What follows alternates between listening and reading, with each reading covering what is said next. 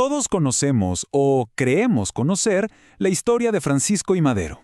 Lo recordamos como el apóstol de la democracia, el hombre que inició la Revolución Mexicana con esa frase que todos hemos oído: sufragio efectivo, no reelección. Pero esa es solo la mitad de la historia. Detrás del héroe de los libros de texto hay una figura muchísimo más compleja y a la vez más fascinante. Y aquí es donde la cosa se pone de verdad interesante, porque en Madero no vivía una, sino dos personas. Por un lado estaba el héroe público, el político, el revolucionario, pero por el otro estaba el místico, un hombre que, y esto es literal, tomaba sus decisiones más importantes escuchando voces del más allá. Para entender su vida y sobre todo su trágico final, es clave conocer a los dos Maderos. Muy bien, vamos a meternos de lleno en esto. Para descifrar el gran enigma que es Madero, tenemos que dejar por un momento la política de lado y entrar en su mundo más íntimo, en su mundo espiritual. La verdadera clave para entenderlo no la vamos a encontrar en sus discursos políticos, no. Está aquí, en sus cuadernos privados, en sus diarios. Y es que su vida espiritual no era un pasatiempo, para nada.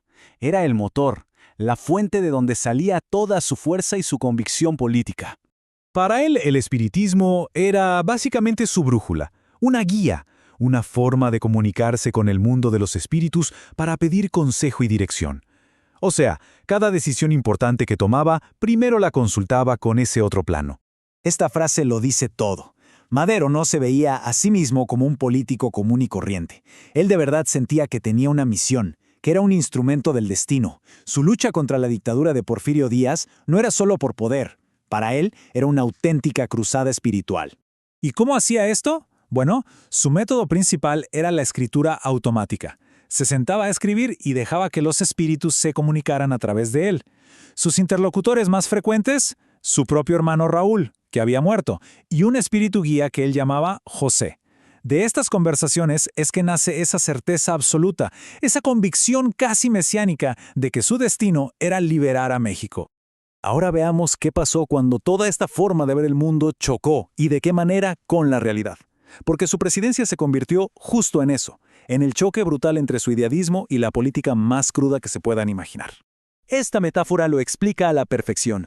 Madero creyó que su buena voluntad y sus intenciones puras iban a ser suficientes.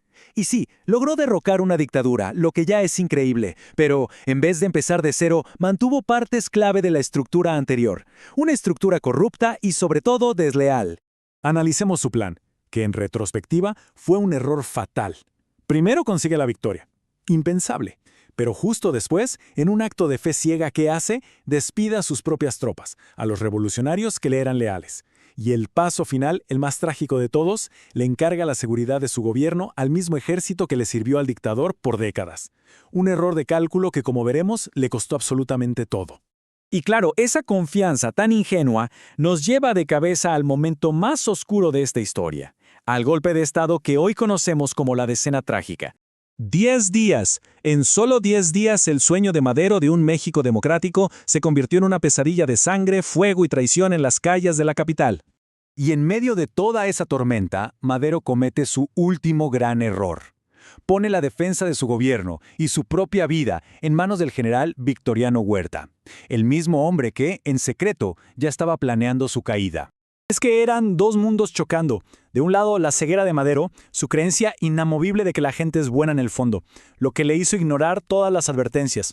Y del otro lado, la frialdad total de Huerta, un hombre para el que la lealtad era solo una palabra, una simple herramienta que se usa y se tira.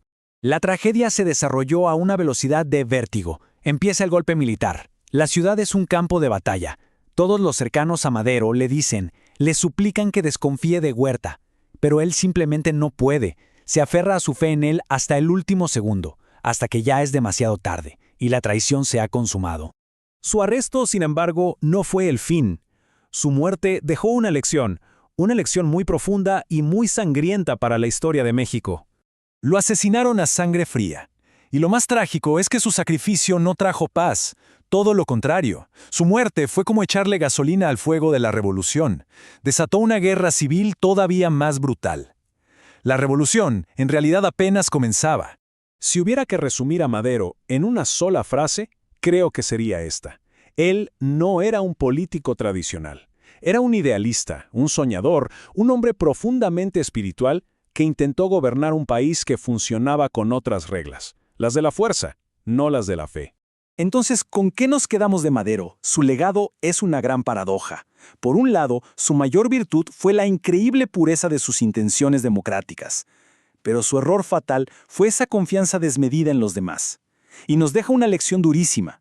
Las ideas más nobles, a veces, son devoradas por la realidad si no tienen con qué defenderse. Y esa es la pregunta que su vida nos deja, ¿no?